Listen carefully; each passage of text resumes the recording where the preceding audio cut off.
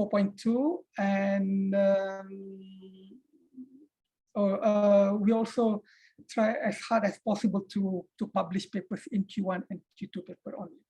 Actually, starting from this year, I think, or this or last year, if staff manage to publish papers in Q1 or Q2, and then they will get some money from the university as a gift. But the money you cannot spend to buy food. You have to use it for research only. Yeah? All right. This is top 10 journals in 2020. 21 paper Q1 in IEEE Access.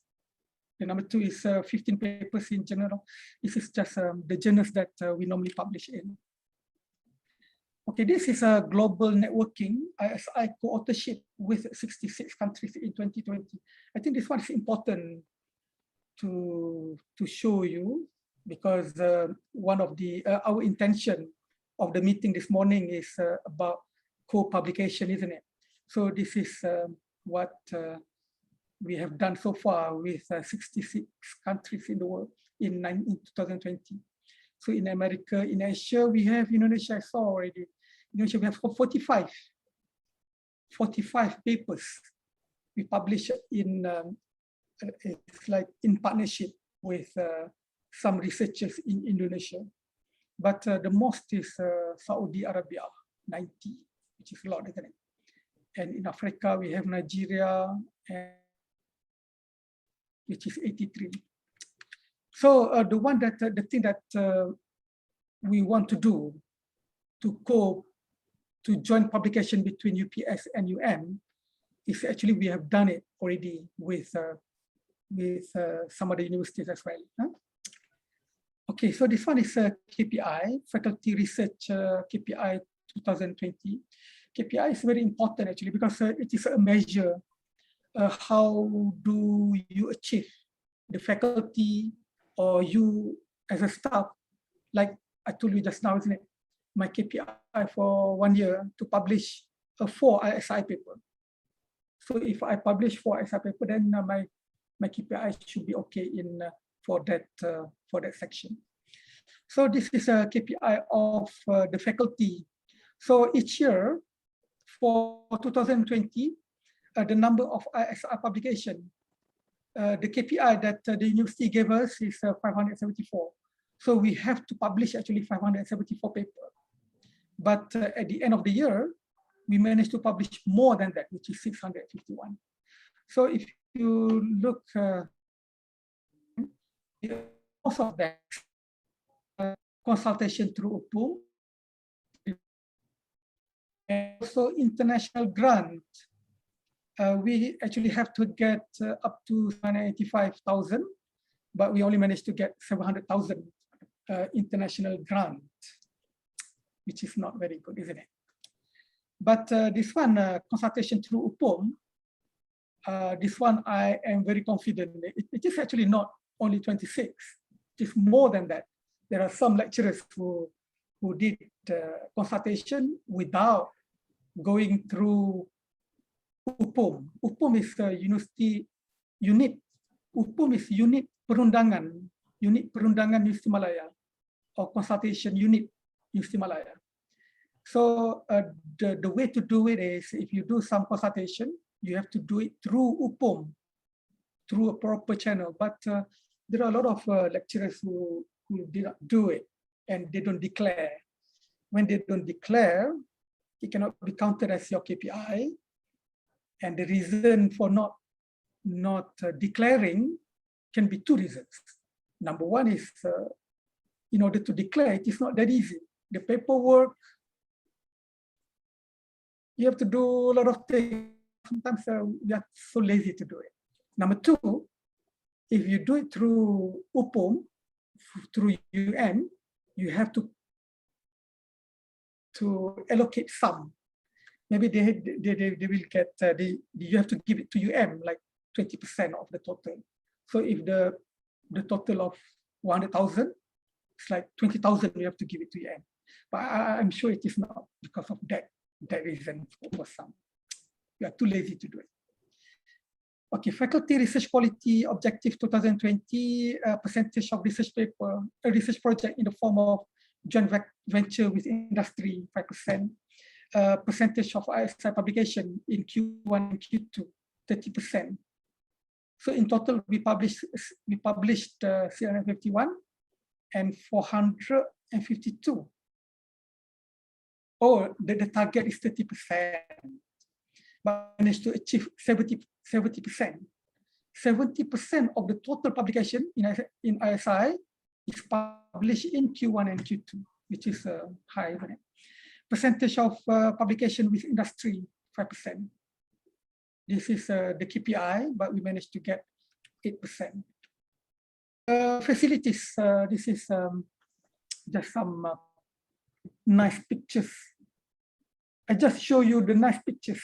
That is normally people do it. We don't show you bad pictures. This is the class we have.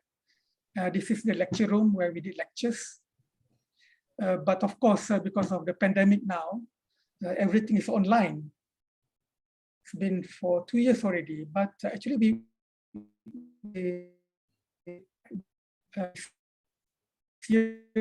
call up all our students. We want to have normal lectures, and we will inject all of them first with the vaccination. So this is engineering faculty. Engineering faculty. Oh, before I end, I have 2 more slides. This is in case you've been to Malaysia yet. So this is UM here, Mr. Malaya here. And we are right at the center of Kuala Lumpur. This is Petronas, the most famous building in Malaysia, Kuala Lumpur, Petronas Twin Tower. So if you want to go to Twin Tower from UM, it's about 10 kilometers. I tried to Google last night to use a Google Map, how to get there from UM to Petronas Tower. I think at that time it was at 12 o'clock at night. Take about 10 minutes, I think, 10 minutes to get from UM to Petronas Tower. But of course, if during the daytime, when the traffic is not very good, can take about half an hour or something like that. Okay, and finally, this is UM, the map of UM. We have 2 main gates. Number one is, we call it KL gate. KL is Kuala Lumpur, KL gate. The other one is PJ gate, Petaling Jaya gate. Yeah. So the good thing about UM is everything is very close to each other. So as soon as you get into UM here through KL gate, the first thing that you will see is Faculty of Law on the left-hand side. And then Asrama, which is first college here. I will go through tell you about the colleges first. The colleges are the Asrama where the students stay. So this is first college here, and this is second college. This is my college actually. Actually, at the moment, I am at second college. I told you already, isn't it? I'm the pengetua of second college. So I live here, looking after the students. So second college, we have the capacity, the maximum capacity of 850 students. 850 students all together. And we have 12 colleges altogether in UM, can accommodate up to, I think, about 15,000 students altogether. So this is first college, second college. What is third college? Third college is here. Fourth is here. Fifth is somewhere here. Sixth college is here. 7 here. 8 here. 9 is outside. 10, which is international college, which is for international students. 10 here, 11 and 12. 12 colleges, all together, 12 colleges, they're all around here. And in terms of the faculty, as soon as you get into UM here, this is law faculty. And this one is medicine, faculty of medicine, faculty of dentistry, And this one is engineering here. This is where I am at. Economy, business, accounting, and Faculty of Science somewhere here. Faculty of Computer Science here. Islamic Studies, pre-university here. So this is everything is close to each other. And one of the best thing about is we have two things. Number one is this Tasik Lake, which is like in the middle of So every afternoon, in the evening, there are a lot of students like very lively. A lot of students doing jogging here, and even now in the afternoon, people will be everywhere. But not now because it is on holiday now. And also we have the second thing is we have the hutan, a jungle, right in the middle of here. And normally when we have like a marathon or something, what would you call it? Run.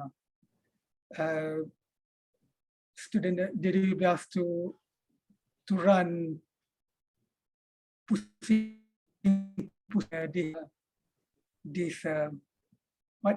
this jungle here. We call it rimba ilmu. Huh? But I think that is all my presentation: determination, perseverance, and grit. But before one more thing before I end my presentation here, because the whole thing about our meeting this morning is about how to do joint collaboration, isn't it? And I have asked the faculty already, what is how do normally people do it at the faculty? And they say that there are 3 ways to do it. Number one is by signing MOA or MOU. Normally we will sign MOA, not MOU, because after some time, the university realized that they signed a lot of MOU, but nothing happens, because MOU is just a mutual of understanding, a memorandum of understanding. You understand me and I understand you, that is all.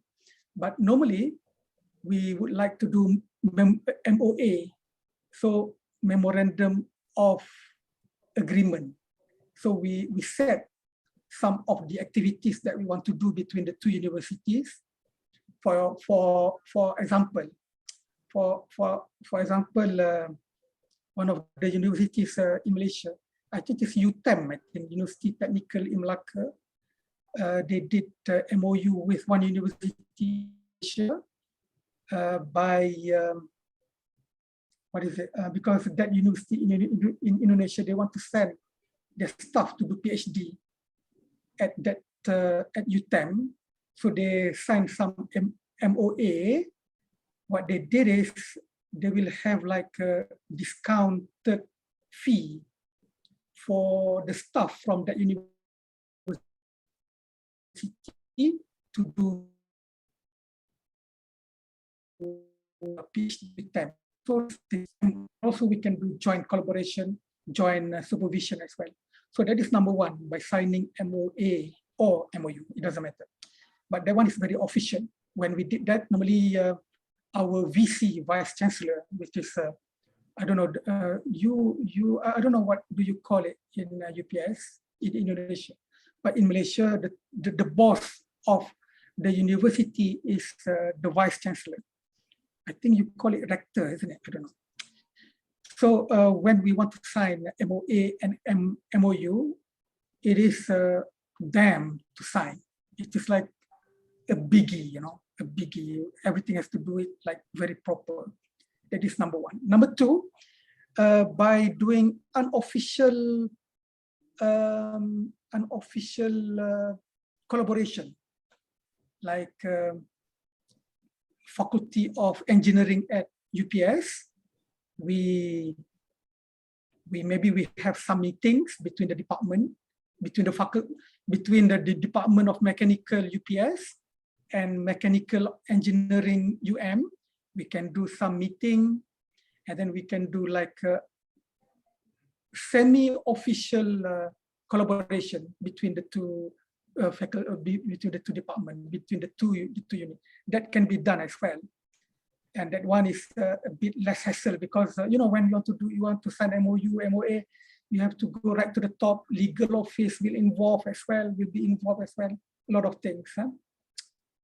Like what I said just now, everything has to be proper, isn't it? Because it involves high-ranking people. But if you want to do the second one, unofficial collaboration, that is okay as well. Okay, number 3, by doing some joint supervision, that is a good thing as well. Because you know that we want to do joint research. Normally, when we're talking about research, we are talking about supervising PhD student. So it's a good thing if we can have some. Let's say that I have one PhD student, and then maybe you have some expert in UPS as well who can contribute one way or another in terms of ideas or whatever. So we can do joint supervision as well. At if we do that, the good thing is the KPI, the point, the KPI that we can get is higher than the KPI if we have all of them, all the supervisors are from So in a way, it is a good thing to do that as well. Joint supervision. So by having joint supervision, we can have joint research, and we can have a joint publication as well. I think that is one of the best things to do as well. I think that is all from me. I don't know how much time. It's okay, sir. No problem. It's okay. You got really clear now. Is that enough? Yeah, I'm done now. Thank you very much. Thank you so much, sir, doctor. All right, that's very clear over there. There will be MOA, sorry, and there will be some kind of agreement between faculties, both of them, and then the joint research, also the joint publication. That will be the big point coming from the 3 statements that you have already finished for today. Now, while we are doing some break time over here, so we are not going to everywhere. Let's everyone just come to the table and bring the menus over there, and you may enjoy about your meal if you have it some, sir. Sorry. I'll try to make some kind of questions between our our members over here. Some kind of lecturers just want to know exactly more about University of Malaya. Your explanation is very clear and it's really nice, especially about the Petronas. I would like to be there for myself, especially. All right, so here we go. The first question, let me open up some questions, maybe coming from, sir, ma'am, Dr. Yoga, the leader coming from OSIA. I'll try to collect the questions, then you may answer directly, yeah? I will try to collect the question first, and then you may answer directly coming from the question. All right? So it's time for you. Ma'am? Thank you so much, Mr. Sandy Jamaludin. Thank you so much, Dr. Nick, for your wonderful presentations. That's really great, and I'm very happy to see the presentations. That's a very good university, ranked 9 in Asia. Wow, we have to learn a lot from University Malaya, especially you, because you are the coming from the engineering faculty, that we are coming from the engineering faculty. First of all, I would like to ask you, so you suggest us to have the MOA, not the MOU. Okay, I do agree with that very much. MOA with the implementation, of course. I would like to ask the Dean first after I confirm this matter to you. So how long it will take the process for the MOA signing in your university? I mean, in the Faculty of Engineering. Because I would like to prepare the draft and I send to you. And then you may have the reviewer process for the MOA. And then you send it back to us here. And my question, how long it will be the process? Is that it? That's the question? Hold on a second. Or do you want me to answer now? Yeah. I need to directly having the interactions with you. There are some points that I have to ask you directly regarding the MOA. Frankly speaking, I don't know how long it will take, but what I know is we have all the document already. It is set document already. Wait, I have no, I cannot, because what I was told by our deputy dean this morning, he said that the document has to go through the legal department first to check everything is in order. But anyway, I don't think it's going to take a very long time. And I don't know, during this pandemic time here, everything is online. How do they do it? Because normally when we did it,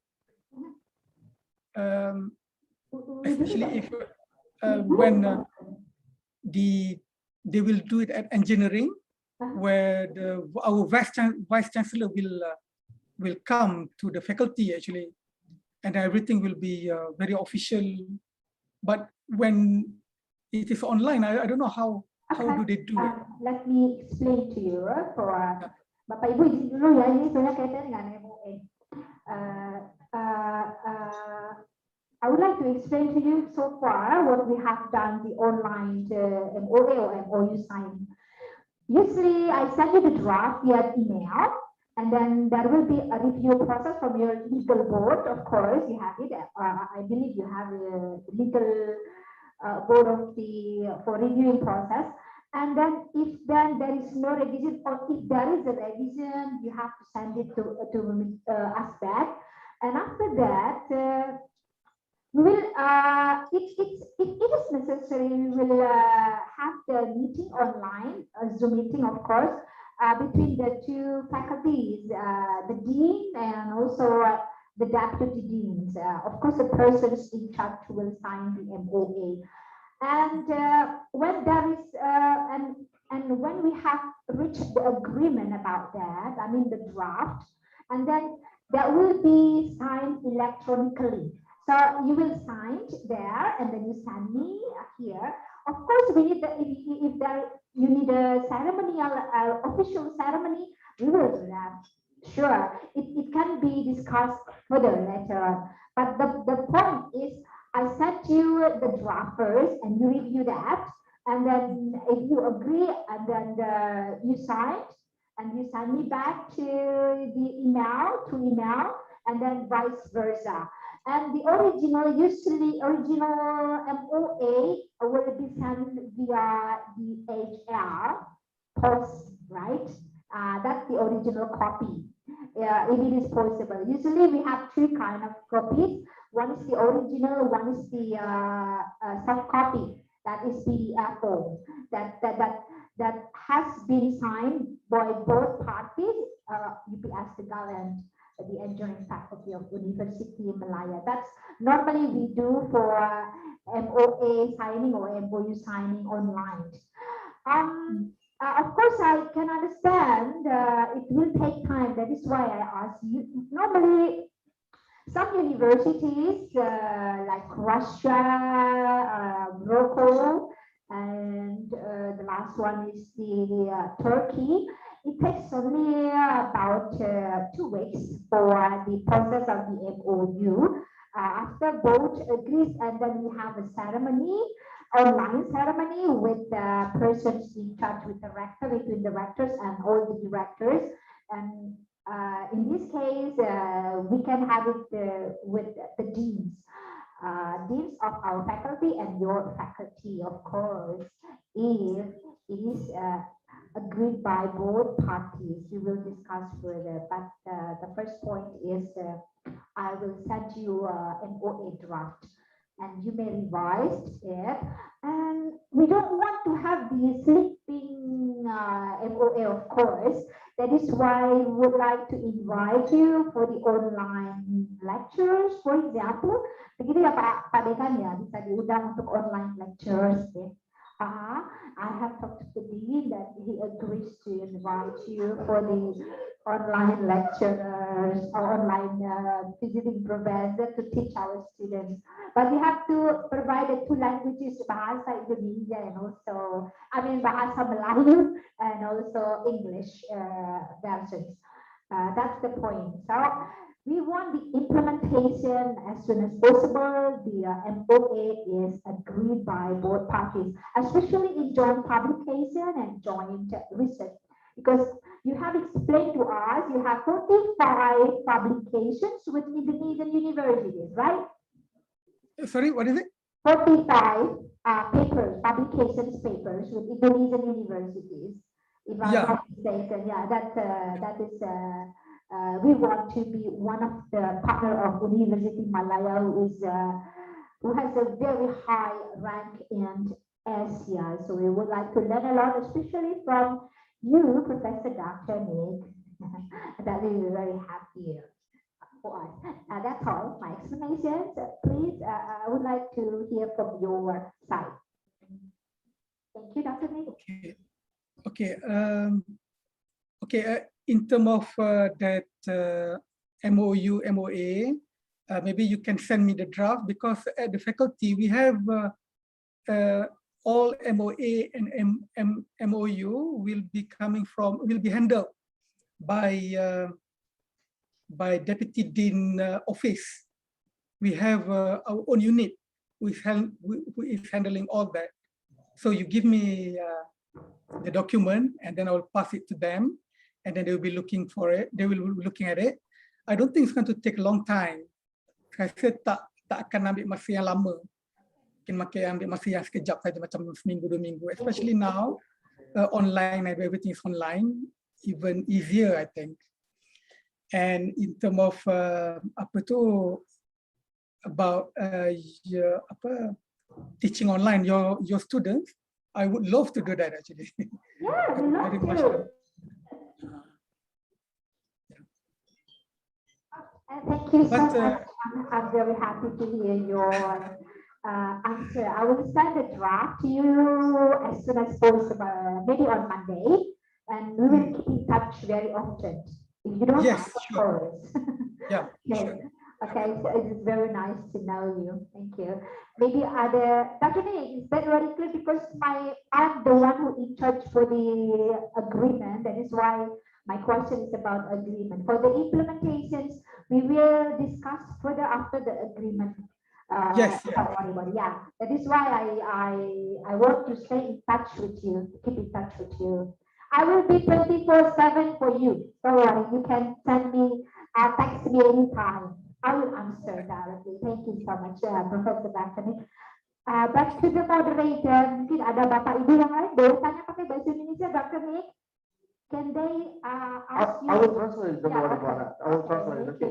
So all the lectures over here, you may speak in Bahasa Indonesia, and I will try to translate it into English. And I think Dr. Nick really understand about it in Bahasa Indonesia, right? Yeah, boleh. Boleh. Cakap bahasa Melayu boleh ya? Macam boleh. Ya? Cuma kadang-kadang tu ada perkataan yang saya tak faham. Yeah. That's okay, sir. That's okay, sir. All right. So who's going to be the next question? That's coming from the OCIA. Is there somebody from the lectures coming from here? So who wants to get some questions? Feel free to speak in Bahasa. Silakan. Ada yang mau bertanya menggunakan bahasa Indonesia, boleh? Malu bertanya, memalukan dan memilukan ya. Pak Hadi mau bertanya.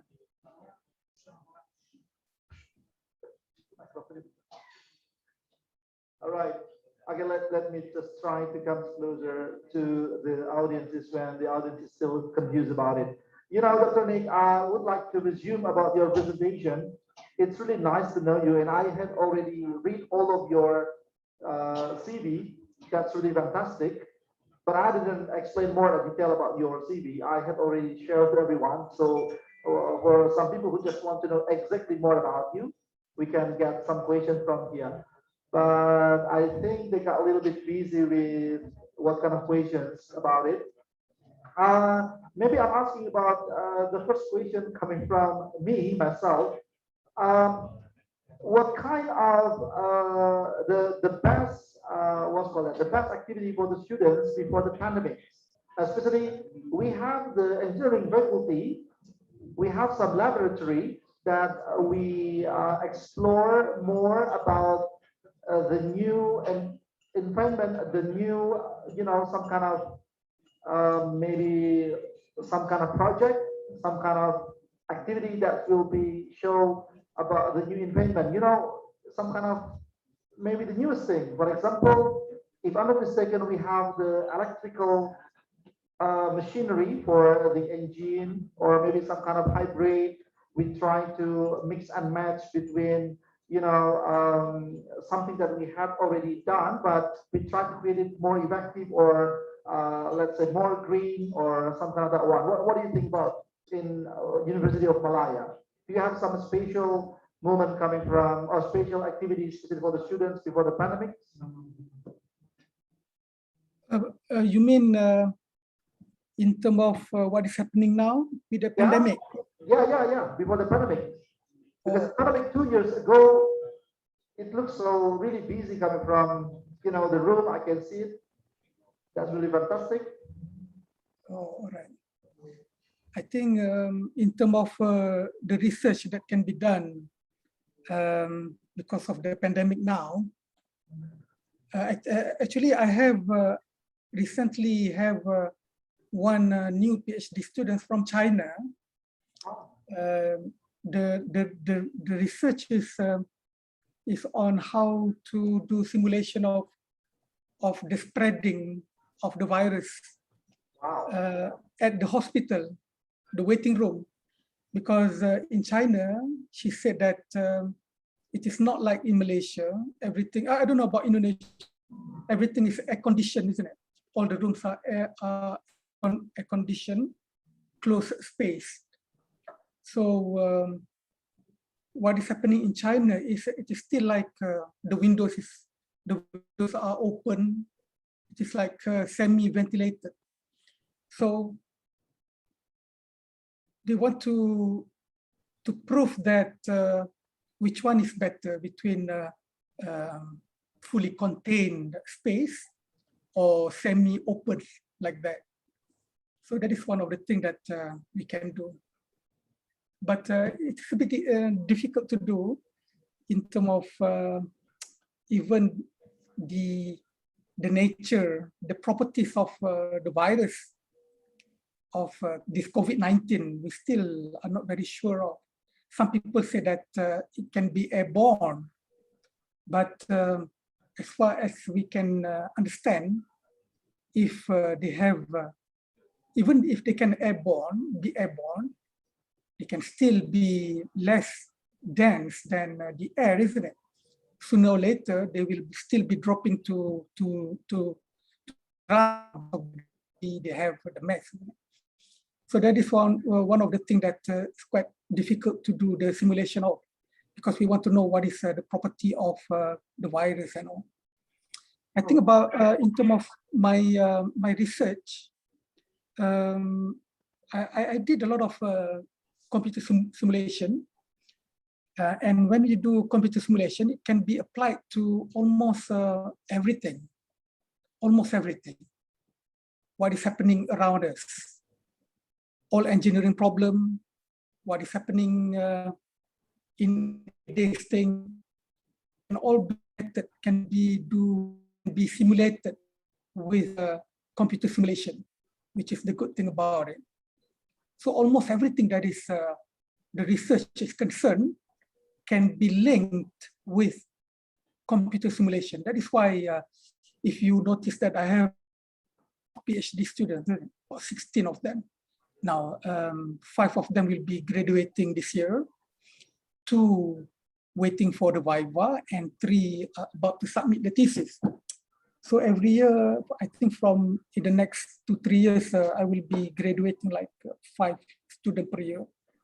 So I did various things. Like one student, they did the research is on the one that I explained to you just now, isn't it? On the stenosis, the heart condition, the artery. After we eat a lot of cholesterol food, highly cholesterol food, junk food, after some time, the artery will become blocked, isn't it? So we did the simulation of that as well. What is the effect of multiple stenosis? And when you do something like that, of course, initially it is quite difficult because depending on how accurate you want your results to be. Because when the blood is flowing through the artery, the pressure from the artery to the body is going to be something, isn't it? You want to make it rigid. If you make it rigid, then it's going to be simpler, but the result is not going to be very accurate. When you want to publish in journals, the more accurate that you get the results of then the easier is going to be the possibility of publishing the paper. So it's going to be very difficult, something like that, to do something like that. But after you do it, then it's going to be very easy. You just change, like what is the percentage of the blockage, 50%, 60%, 70%. That is very similar to when people do biodiesel engineering. Biodiesel engineering research. Okay. That's why if you notice, there are a lot of publication on that biodiesel. If you look around, a lot of people are published on biodiesel materials, especially on nano and lubrication for mechanical engineering. Why is that? Because it is easier to publish. If you notice all my papers, my public publication, and all my students, only one student he did on biodiesel. Wow. The reason for having that one student is just because I want to prove that it is easier to publish papers in biodiesel, in materials, in nano stuff, than in other field of research. I had this one student from India. Of course, he worked very, very hard. He's waiting for his viva now. He came to me that he wanted to do PhD under me on biodiesel. I said to him that biodiesel is not my specialization. My specialization is in CFD. But he insisted on appointing me to be the supervisor. I don't know why. That's good. That's good. Because you said to me that the implementation is the most important thing. How to apply directly on reality, on your daily life. That's really nice. It's really inspiring for everybody. All right. So I think everyone has already enjoyed about the meals. Other questions coming from Mr. Dean over there. The microphone is over there, ma'am. All right. Thank you so much. So we have a question coming from the Dean of the Engineering Faculty and the Computer Science. Sir, Dr. Agus, it's time for you. Terima kasih ini ya. Ini pakai bahasa Indonesia. That's right. That's okay, no problem. Teknik. Oh, makasih. Iya, terima kasih ini ya. Jadi tadi disampaikan riset yang terakhir itu menarik bagi saya gitu ya, karena kebetulan minat penelitian saya itu ada di biofuel ya, termasuk biodiesel juga. Yang sedang kita kembangkan salah satunya adalah bagaimana membuat nanti Pak Sande diartikan ya dalam bahasa Inggris. Ya, jadi membuat pengkodean pada saat pembakaran. Nah ini termasuk baru ya, visual gitu ya, visual. Bagaimana warna pembakaran pada biodiesel kemudian grid-nya berapa nanti pengkodean pada detik pertama, detik kedua, detik ketiga dengan kamera 1/1000 second. Itu kita buat kode semacam DNA pada tubuh manusia. Nah, ini kita risetnya seperti itu. Nah, ini pertanyaannya apakah ini bisa untuk di join risetkan begitu ya. Jadi misalkan begini, yang paling mudah bahan yang ada di Malaysia dibakar. Nah, kemudian nanti fotonya dikirim ke kita. Nah, kita analisa dengan teknik yang tadi menggunakan pengkodean tadi. Warnanya itu kan kita kalau dalam RGB itu punya 3 warna. Nanti gridnya itu 125. Jadi grid 125 warna yang berbeda pada satu warna. Merah saja atau biru saja itu punya kode sampai 125. Nah, pada saat pembakaran tertentu itu di Belanda sudah ada jurnalnya, itu juga di Jepang sudah ada jurnalnya. Nah, kita mengembangkan itu dengan waktu yang 1/1000 itu detik pertama 1/1000 itu nanti warnanya larinya kodenya seperti apa. Nah, itu dibandingkan dengan variable yang sudah standar, nanti kita pendekatannya ke arah sana gitu ya, sehingga kita harapannya punya cara yang lebih mudah untuk mengkategorikan variable dengan teknologi sederhana visual. Itu goalnya itu dari riset kita, dan kita sudah ada di untuk Scopus juga jurnal 2 di Q2 Q3 juga beberapa di seminar internasional tulisan kita. Nah, ini apakah bisa di joint research kan? Begitu. Terima kasih, Prof. Nick.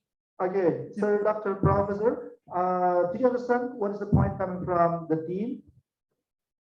Should I explain into English? No, I can. Good. Okay. I can. You may answer it, sir. Yeah. Okay. Macam saya bagi tahu tadi, saya sebenarnya biodiesel ni dekat mekanik engineering we sell research, and we have a few yang top professor kita yang memang area dia area biodiesel. Maybe I can boleh linkkan Dr. Agus dengan mereka nanti untuk untuk further collaboration in term of research. Boleh ke Dr. Agus? Thank you, sir. All right. Wow, that's really nice and simple one because it's connecting with the coding. That will be connecting with the characters of the Bibles itself.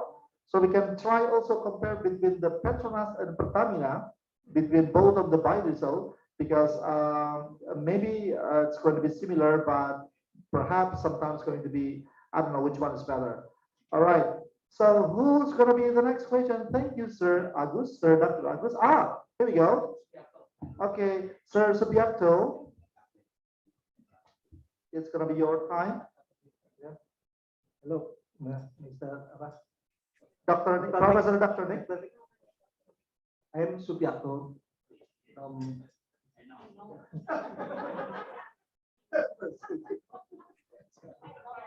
Mechanical engineering. One question from me.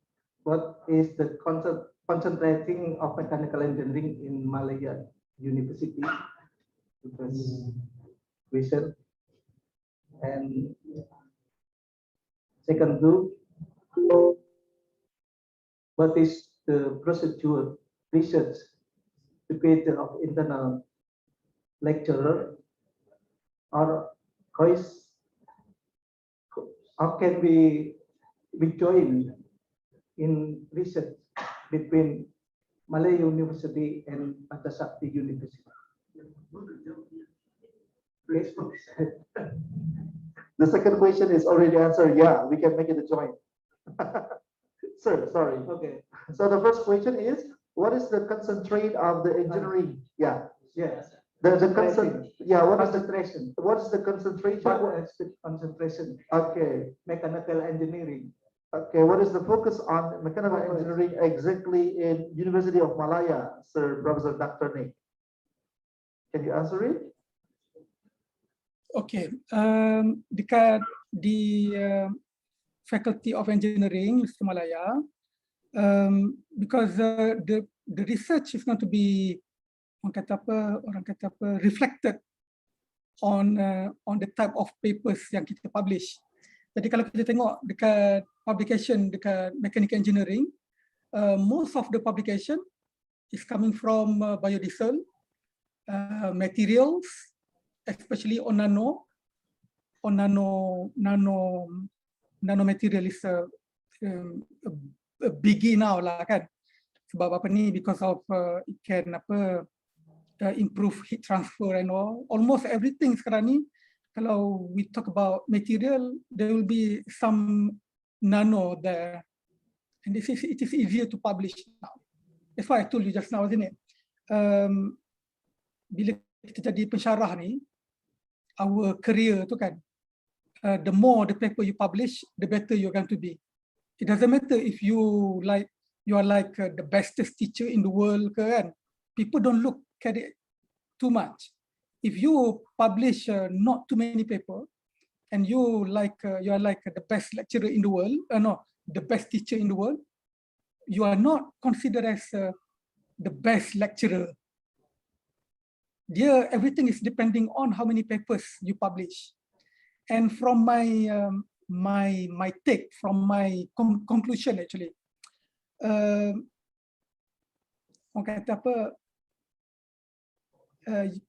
in order to we want to publish papers in as many as possible.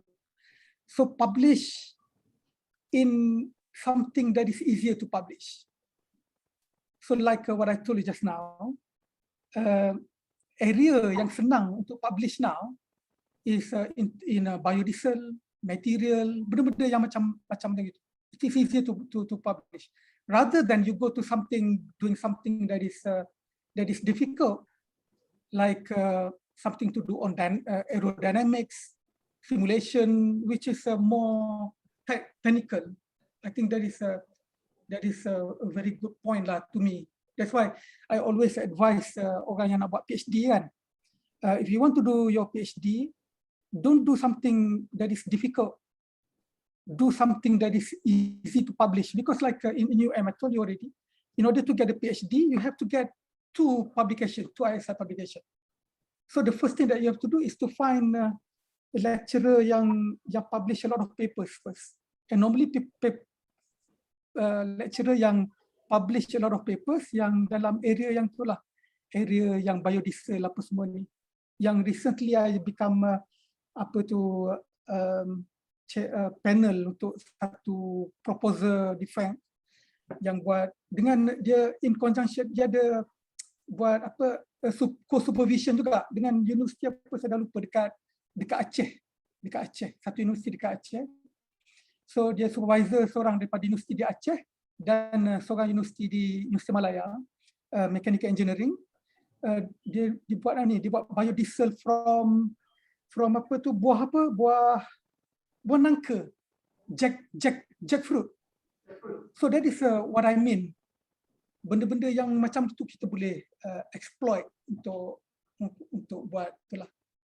But again, it is between you are trained to become an engineer or a scientist, isn't it?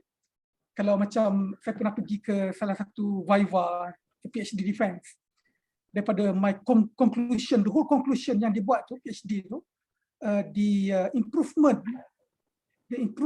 to us on the coefficient of friction, dibuat lubrication.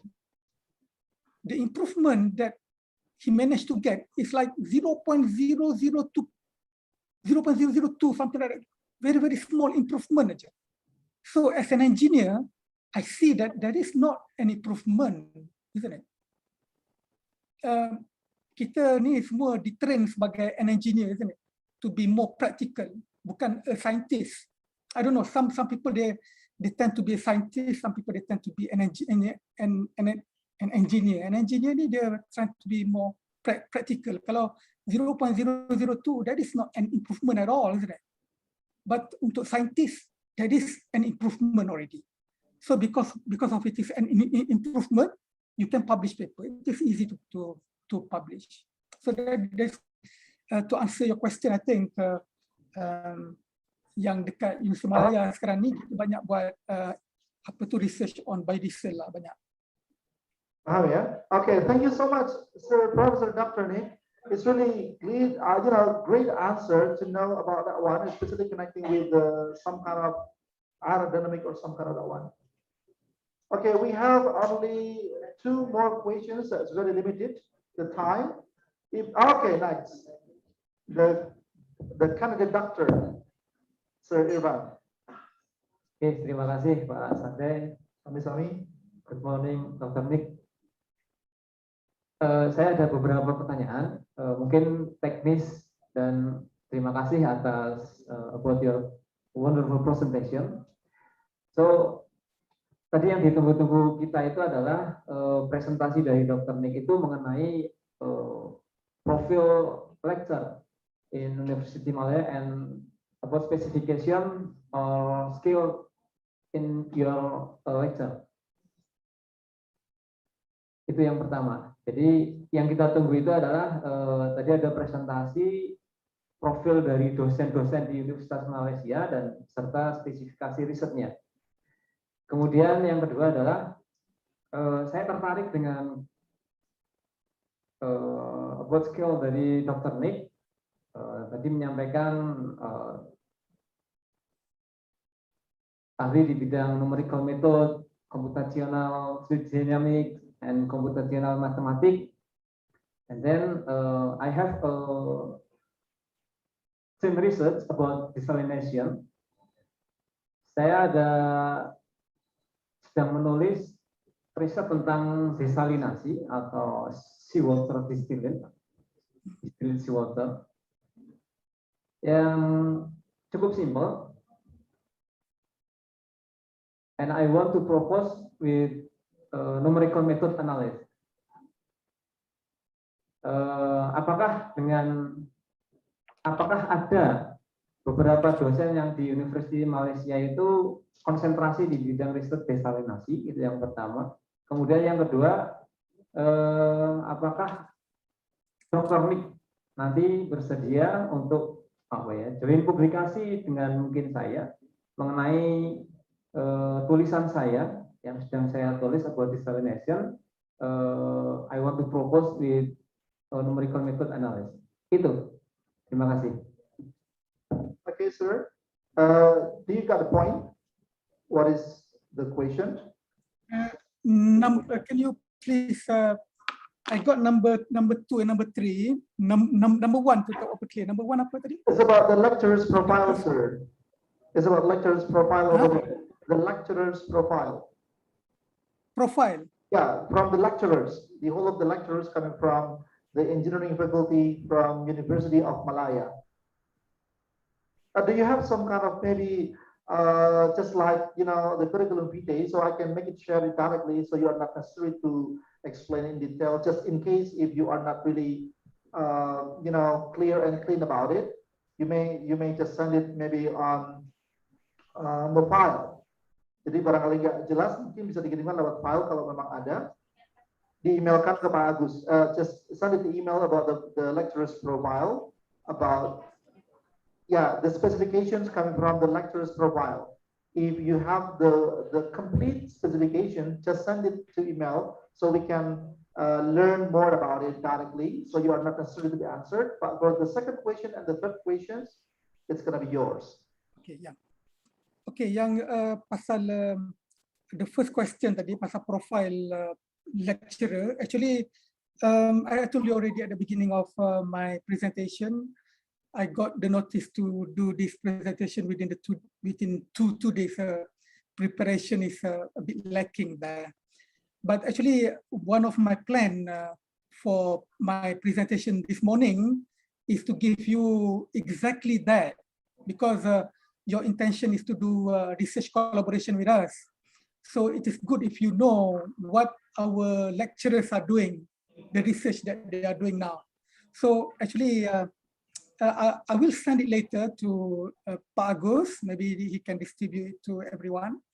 But actually, at mechanical engineering, especially, we have cluster already. Material cluster, computational mathematics, cluster fluid dynamics, all of them we have already. So each cluster, they have their own strength in the research. And I will also give, actually I have it already, but I have to dig in where it is, but I didn't have time to do it this morning. I will send it later. Is it okay or not? Huh? Anyway, I will give you the name of the lecturers, the cluster they are in, and the type of research that they are doing. But actually, for all the information that if you go to the mechanical engineering website, there are all the list of the lecturers from each of the department, like Department of Mechanical Engineering. They have the list of the name already. And if you click like on my name, it will bring you straight to my CV. And in that CV, it will tell you everything about me. Where I got my degree from, how many publications I did, what is how many numbers of, what is the number of PhD students that I have now. Everything is there already. That is why it is easier to dig in about stuff of mechanic of Universiti Malaya. You just get you Google Nick Nazri UM, you press on search, it will be at the top of your Google search, and then everything about me will be there. They call it UM expert. Okay, that is number one. I will to Dr. Agus, Pak Agus untuk apa tu detail about the profile. Number two, about your research desalination, isn't it? Normally, I don't remember anyone from mechanical engineering is doing desalination, but I know some people from chemical engineering who are doing desalination, also doing CFD and on desalination, because I think desalination, it involves more on the chemical property of the material, something like that, isn't it? At mechanical, we don't normally we don't go too deeply into the molecules into that level. Normally, we just do like on the surface what is happening in terms of the motion of the fluid, something like that. And the third question on the agreement on the joint publication with you, I really don't mind to do that. But I told you already, my specialization is in CFD. I did a lot of simulation. I do code development as well. Code development. If somebody is doing PhD with me, like all my students, if they do simulation, I always make sure that they know what is happening behind the scene. I don't want them to use the software as like a black box. Like when you want to solve a flow in a pipe, what is happening when a flow of a gas in a pipe? You can actually just do simulation using Fluent, isn't it? The software. You just click on iterate. At the end of the simulation, you get all the beautiful pictures in it. But I don't want that. I want my students to know what is happening behind it. What is the software is all about? Fluent, the software Fluent they use. What is Fluent is all about? I know that we know that it is solving the equation, the 5 equations. There's the equation, continuity equation, momentum equation, and energy equation, the 5 equations. I want them to learn about that because they are doing PhD. When you do your PhD, you have to know everything about it. you don't just use the software like a black box. So that is my take. So my answer to your third question, I really don't mind if you want to do co-supervision with me. But at the same time, I will also be looking at some lecturers from chemical engineering. I'm very sure there is no staff, no lecturers from mechanical engineering is doing desalination, because it involves something, evaporation involves something like that, isn't it? So I will try to get somebody from chemical engineering to help you. Okay. Is that Thank okay? you so much, sir. Dr. Lesson. Okay, is it enough? Clear enough? Okay, thank you. Last question is coming from Pak Salbik. Here we go. Assalamualaikum, Mr. Mick. I want to ask you about the research of manufacturing. And the question is, can manufacturing research using experimental method? Sir, is it possible the manufacturing research is using the experimental method? From Salvik. That's the question, sir. Doing manufacturing using experimental method. Yeah, is it possible? What do you think? Okay. I'm not. I don't do much experimental research, but some of my students they did both experiment and also the simulation. Normally, when we do simulation, CFD, we need to one of the most important part of simulation is in validation, because we know that simulation is all about approximation, isn't it? You just do the approximation, but we don't know if your numerical method is good enough or not. So the way to convince people that the results, the beautiful pictures that you get from a simulation is good or not is by doing validation.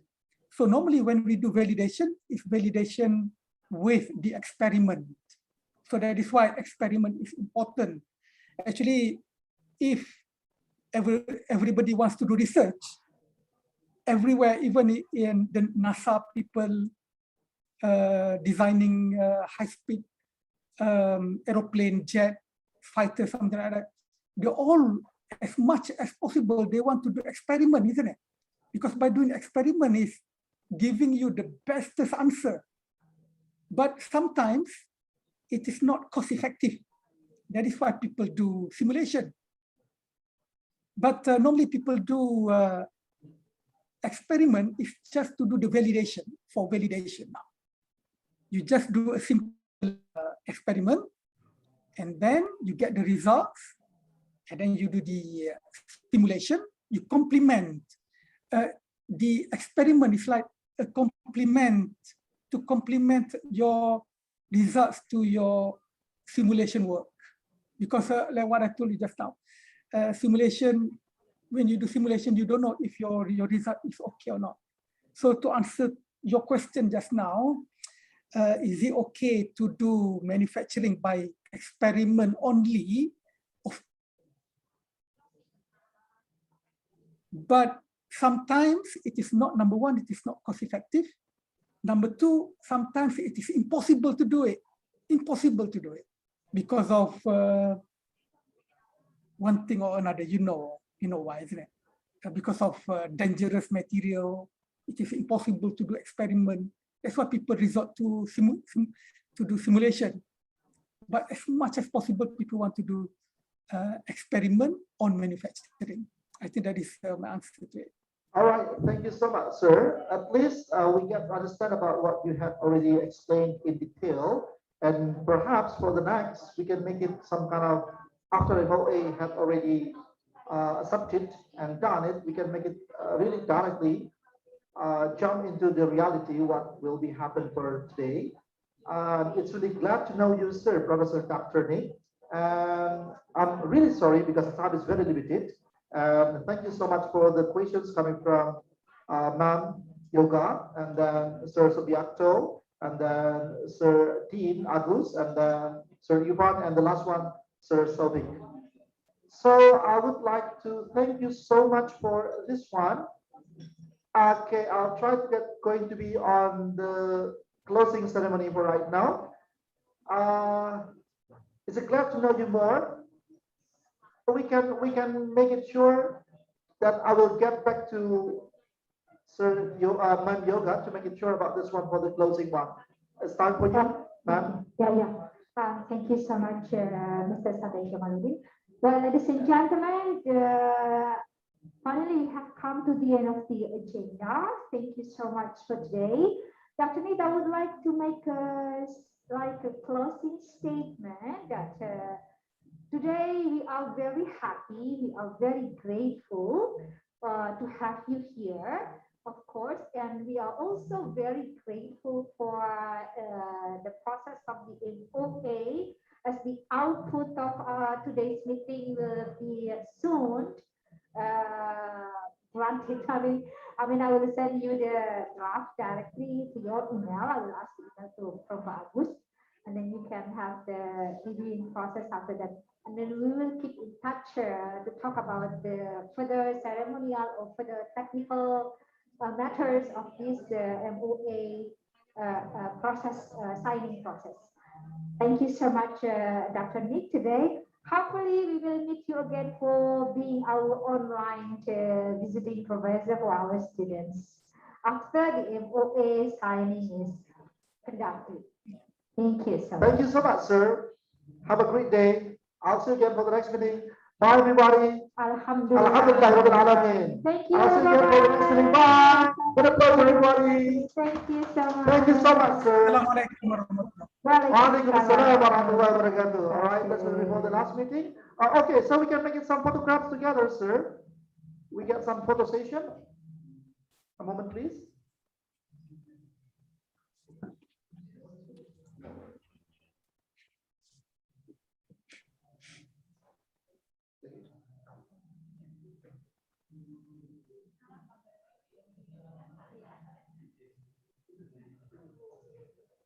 Okay, let's get photographed together with you behind of the board. Everybody can, Mr. Dean, can you just come closer to make it sure, and everybody just want to get closer to make it sure coming from the screen over here.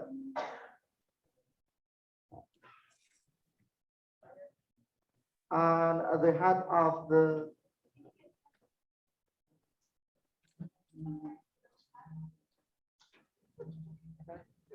it's coming from the whole of the cameras over there.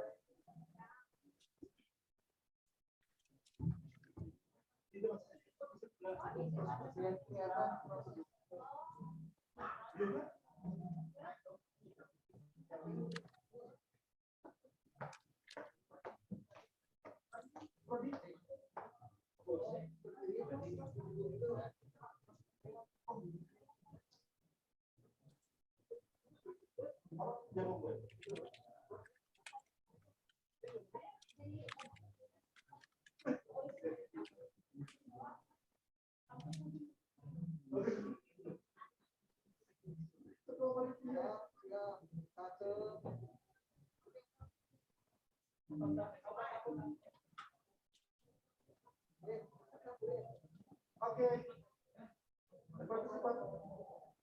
Let's get the participant if you just want to get photographs.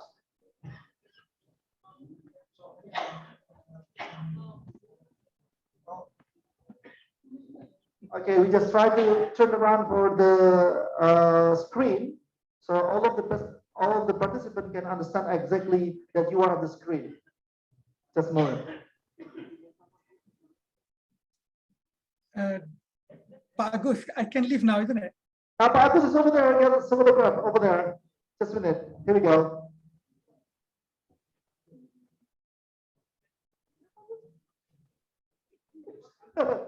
Does it?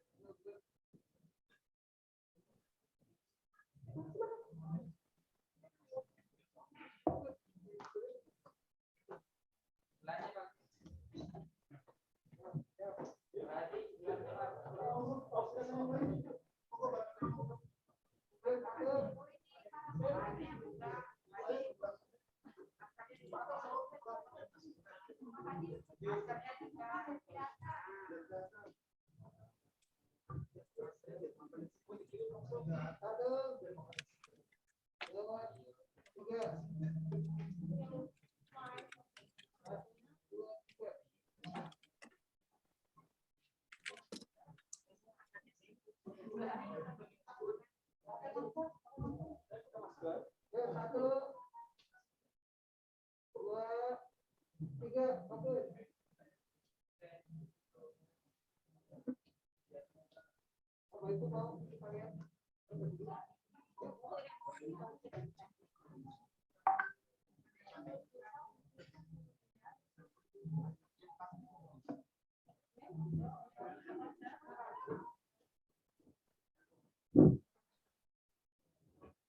ucapkan terima kasih.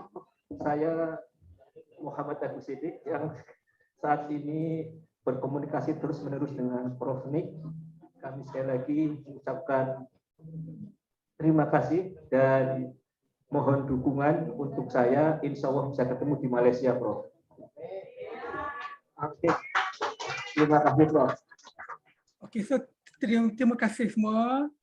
Thank you for the invitation. I hope that one day nanti kita akan adakan meeting proper antara jabatan kami, Jabatan Kejuruteraan Mechanical dengan jabatan dengan Fakulti Mesin di UPS, insyaAllah.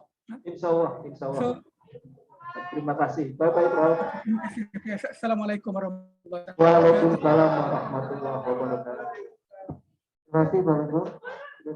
Mohon izin Bapak Ibu, setelah ini Bapak Ibu dipersilakan untuk menuju ke ruang makan nelayan ya, kafe nelayan. Tempatnya di bawah, nanti belok ke kiri. Sekaligus coffee break sudah disiapkan di sana dan juga uang transport nanti kita siapkan langsung di bawah saja. Terima kasih atas kerjasama Bapak Ibu dan kehadirannya. Mohon maaf kurang lebihnya atas segala kesalahan dan kehilafan. Assalamualaikum warahmatullahi wabarakatuh.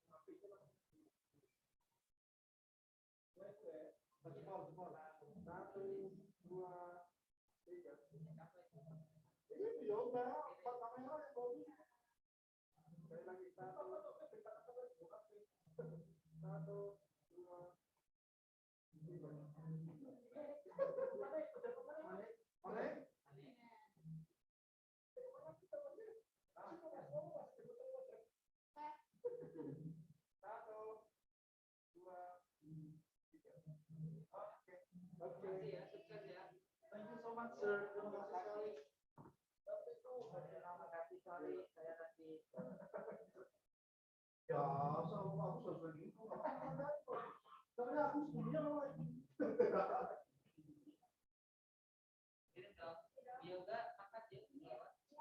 Ya,